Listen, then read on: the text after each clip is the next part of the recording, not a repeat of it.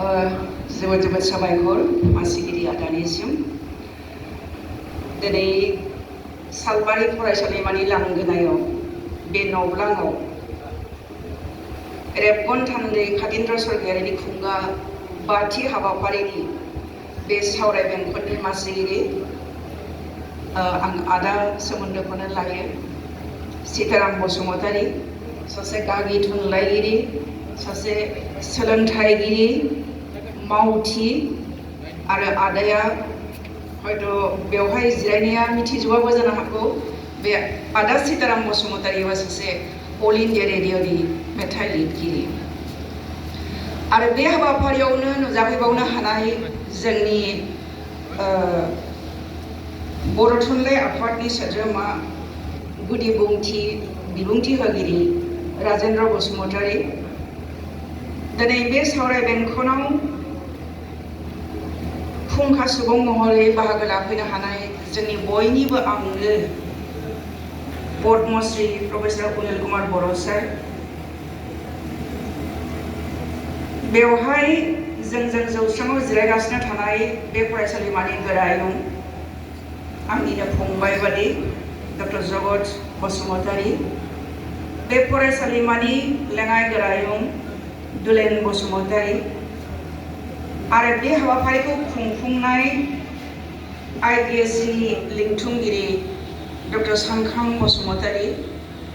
बेवहाय बाहागो लाफैनो हानाय गुबुन गुबुन बिफाननि बिबुंगिरि लोगो नांथांमोन बे फरायसालिमानि फरायसुला फरायसुलि लोगो नांथांमोनजों लोगोसे खाथि खाला फरायसालिमानि फरायसुला फरायसुलि लोगो नांथांमोन कातीन्द्र स्वर्गियारि मोनसे बयजोंबो सिनायजानाय अरायबो मख'जाबाय थाजानाय सासे गेदेमा सुबुंनि मुं आरो बे कातीन्द्र स्वर्गियारिनि थैनाय सानखौ सालबारि फरायसालिमाया खुंबोबाय थादों दिनै बियो बाथि खुंगा जाबाय बिथाङा रुंसारदोंमोन 2009 मायथाइयाव अब्लाबो बिथांनि रुंसारनाय समनिफ्राय जानो हागौ बे हाबाफारिखौ लानाय जायाखै दा फैयै फैयै बाथि खुंगायाव सफैदों आरो दहाय जोंनि फुंखा सुबुं प्रफेसर अनिल बर' सारा बुंलांनाय बादि बे हाबाफारिखौ जेब्लाबो खुंफुंबाय थानांगोन जोंनि बर'फोरनियाव मोनसे सावरायफ्लेबाय थाजानाय बाथ्रा दङ जे जोङो हिर' वारशिप गैया एबा रोङा जोंनि बर'फोरनि गेजेरावहाय हिर' वारशिप माने गेदेमा जोहोलावफोरखौ जों सिबिनो बावगारलाङो थैनाय लोगो लोगोनो जों सिबिनो बावगारलाङो जाहाथे जोङो बेबादि मुं सुजाबाय थानाय खोथानिफ्राय जों जाहाथे बारग'नानै थानो हायो बेनिखायनो जोङो दिनै सालबारि फरायसालिमाया कातीन्द्र स्वर्गियारिनि जिबादि हाबाफारि खुंनो लादों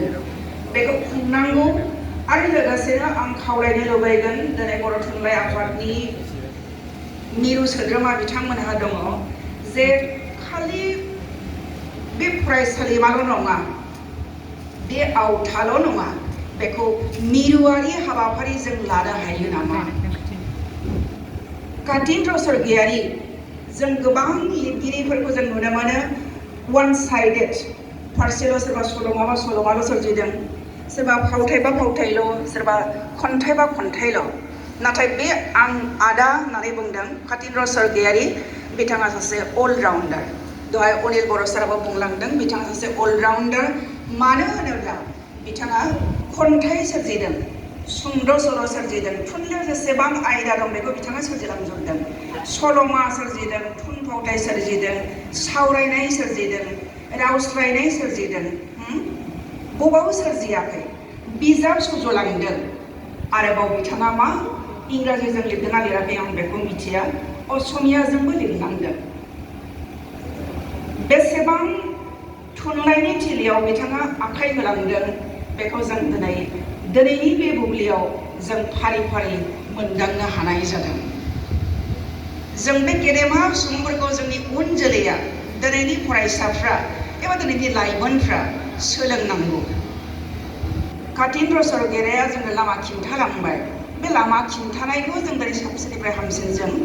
लांनो नाजानांगौ आरो दहायनि आंनि सिगांनि फुंखा सुबुङा बुंलांखादों जे कातिन्द्र सरगयारि लिरनायाव माबा मोनसे दाहार दङ माबा मोनसे फुंखा दङ जेरै खोमसिनिफ्राय सोरांथि बेवहाय बिथाङा जोंनि बड'लेण्ड मुभमेन्ट डिभाइड आसाम 50-50 नि समावहाय जि सोमावसारनाय जादोंमोन जोंनि गेजेराव आरो बे सोमावसारनायाव बे ओनसोलनि काहिनिखौ लानानै बिथाङा लिरदों आरो बेवहाय सोर थायो बर' आरो मुसलमान हारिनि मानसिफोर बर' आरो खाथि खाथि थाज्लायनाय बे बर' आरो मुसलमान हारिनि गेजेरावहाय जोंनि गेजेराव माखासे खैसार साग्रा साफा सानै मानसिनि थाखायनो जोंनि हारिनि गेजेराव जोंनाव माबादि गोरोन्थि बुजिलायनाया फैदों आरो बेबादिनो जाथाय फिनजाथाया जालांदों बेखौ खोमसिनिफ्राय सोरांथि सल'मायाव बिथाङा खोब मोजाङै खिन्थालांदों दा बेफोरबादि हंला पण्डित बिथांनि 1995 मायथाइयाव लिरजानाय हंला पण्डित आरो बे हंला पण्डित सुंद' सल' बिजाबनि थाखायनो बिथाङा बर' थुनलाइ आफादनिफ्राय समेश्वरी ब्रह्म थुनलाइयारि बान्थाखौबो आवथायनो हादोंमोन 1996 मायथाइयाव 1995 मायथाइयाव नुजानाय बिजाबा 1996 मायथाइयावनो बान्था आवथायनो हादों माबादि गेदेमा लिरगिरि आरो बै जानो हागौ बिथांनि बैसोआ खोब सम्भब एसे उन्दै 1996 मायथाइ जायोब्ला बे सेंग्रा बैसोआवनो बिथाङा मा खालामदों थुनलाइ आफाद बादि मोनसे गेदेमा आफादनिफ्राय समेश्वरी थुनलाइयारि बान्थाखौबो आवथायनो हानाय जादों आरो दहाय जोंनि माने गुदि बुंथिगिरि एबा कीनोट एड्रेसार राजेन बसुमतारी बुंलांदों जे बिथाङा मा साहित्य एकाडेमि बान्था आवथायनायावबो नैथि नम्बरावहाय बान्थाखौ आवथायनो हादों अब्ला नाहरनाय माबादि गेदेमा लिरगिरि जानो हागौ बिथाङा जोंनि साहित्य एकाडेमि बान्थाया फोजेनजादों माब्लानिफ्राय 2005 मायथाइनिफ्राय 2005 मायथाइयाव मोनजेनदों जोंहा पद्मश्री मंगल सिंह हाज'वारी 2006 मायथाइयावनो बिथाङा मा मोनदों जेरै कातिन्द्र सरगयारियानो साहित्य एकाडेमि बान्थाखौ आवथायनो हादों अब्ला बिथांनि लिरनायाव मा जादु दं माबादि जादु दङ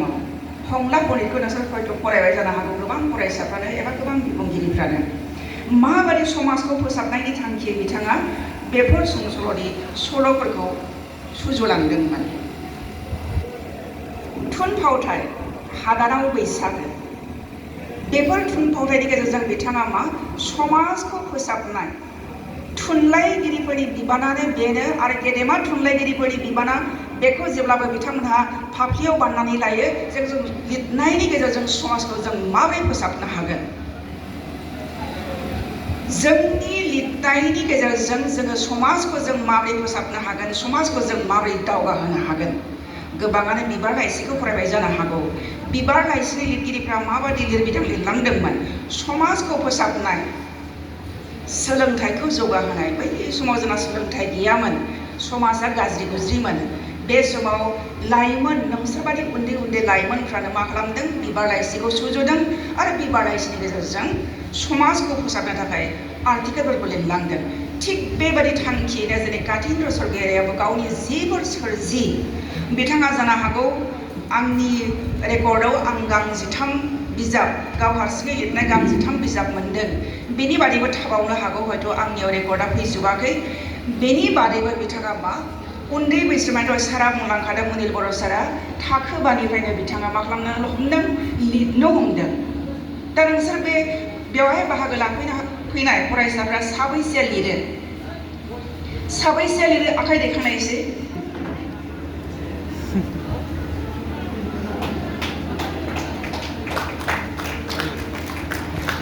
बांद्राय जौखोन्दोआव गैया लिरनाया नाजानांगौ लिरनो नाजानांगौ आरो बे दिनैनि लिरनाया नोंखौ गाबोन गेदेमा थुनलाइगिरि जाहैहोनो खाबु होगोन जेरै जोंनि आदा कातिन्द्र सरगयारिया थाखो 5निफ्राय लिरनानै गावनि लाइमोन बैसोआवनो बिथाङा मा थुनलाइनि थिलियाव जाफुंसार जानो हादोंमोन आरो बे आदाखौ आं जेनेबा आदानि रुजुनायाव एसे जुनियर अब्लाबो आं जेब्ला आंबो अल इन्डिया रेडिअ आथिखालाव आकाशबाणी महाबाहु होननानै बुङो आकाशबाणी महाबाहु गुवाहाटी बेवहाय आं जेब्ला केजुवेल खामानि मावदोंमोन अल इन्डिया रेडिअआवहाय अब्ला आङो आदाजों प्रग्राम खालामफानो खाबु मोनदोंमोन। आदाखौ सासे मेथाइ लिरगिरि हिसाबै आङो खोब मोजाङै सिनायथिलायनो खाबु मोनदोंमोन। दिनै जानो हागौ अल इन्डिया रेडिअनि जायफोर मेथाइफोरखौ नोंथांमोनहा खोनासंगासिनो दङ बेवहाय मिथिगोन जे आदानि मेथाइफोरनि देंखोआ माबादि, थीमा माबादि थीमखौ गोथौ थीमखौ लानानै बिथाङा मा खालामो मेथाइआव गाब होयो। गोबां मेथाइ लिराखै जानो हागौ बिथाङा, खिन्थु बेफोर मेथाइनि गेजेरजोंनो बिथाङा मा खालामदों जोंनि बर' समाजनि खोथाखौ मेथाइनि रावजों फोरमायनो नागिरदों आरो बेवहाय गोथौ ओंथिफ्रा हाबनानै दङ। खोनासं, जुदि आकाशबाणी महाबाहु गुवाहाटी सेन्टारखौ नोंसोरो दिनैसिम खोनासङाखैब्ला दा बेलासिनिफ्राय खोनासंनो नाजा। बेवहाय फ्राय प्रग्रामावनो आदा कातिन्द्र स्वरगयारिनि मेथाइफ्रा फैगासिनो दङ आरो जोंनियावहाय क'क्राझाराव बे खिन्थु बांद्राय काभार खालामा। क'क्राझारावबो आकाशबाणी सेन्टार दङ, बेयावबो कातिन्द्र स्वरगयारिनि मेथाइफ्रा दामजागासिनो दङ आरो बेवहाय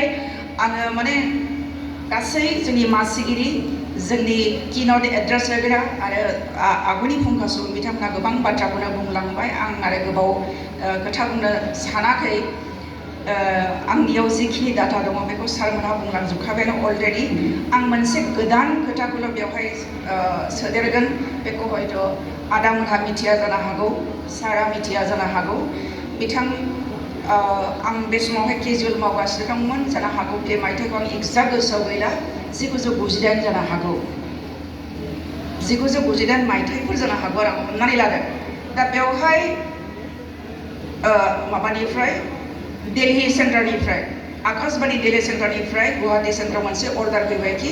इन्टिग्रेसननि मोनसे मेथाइ लिरनांगौ। दानिया बे समाव जिहेतु केजुवेल मावगासिनो दङ आरो बर' प्रग्रामखौ सालायग्राया बे समावहाय ध्रुबजित ब्रह्म। बे ध्रुबजित ब्रह्मआ दाना आंखौ मेथाइ लिरनो थिनबाय जे इन्दिरा नोङो बेबादि मेथाइ लिरनानै लाबोनायसै होननानै। बिनिफ्राय आङो अखानायैनो आदा थिननायनि अखानायैनो आङो दोंनै मेथाइ लिरनानै लाबोदों इन्टिग्रेसननि। बे मेथाइखौ लानानै दानिया बे समावहाय आकाशबाणी गुवाहाटीनि डाइरेक्टरा खगेन महन्त, बिथाङा थैलांबाय, खगेन महन्तमोन। खगेन महन्तनि सेरावहाय बे मेथाइ दोंनैखौ, आंनि मेथाइ दोंनैखौ देखायहैदों, खिन्थु खगेन महन्तआ आंनि लिरनाय मेथाइखौ फसायाखै। बिनिफ्राय मा जाहैबाय दानिया दान्दिसे उनावनो केशव महन्तनि दोंसे मेथाइखौ लानानै फैबाय, बेखौनो माने बर'आवहाय राव सोलायनांगौ। दानिया बे समाव आङो बैसोआ एसे उन्दै, राव सोलायनायाव एफाबां एक्सपार्ट नङा। दानिया जिहेतु गुवाहाटीयाव आदा कातिन्द्रआनो थायो, आदा कातिन्द्रखौ लिंहरबाय, आदा ध्रुबजित ब्रह्मआ। बेनिफ्राय आदा कातिन्द्रआ फैबाय, फैनाय लोगो लोगो बै केशव महन्तनि जि मेथाइ बेखौ आदा कातिन्द्रआ राव सोलायनानै होबाय। बेनिफ्राय राव सोलायखांनानै दानिया बे मेथाइखौ खरास जयै खननांगौ आरो रेकर्डिं खालामगोन। रिहार्सेल जाबाय, सप्तासे नामा रिहार्सेल जादों।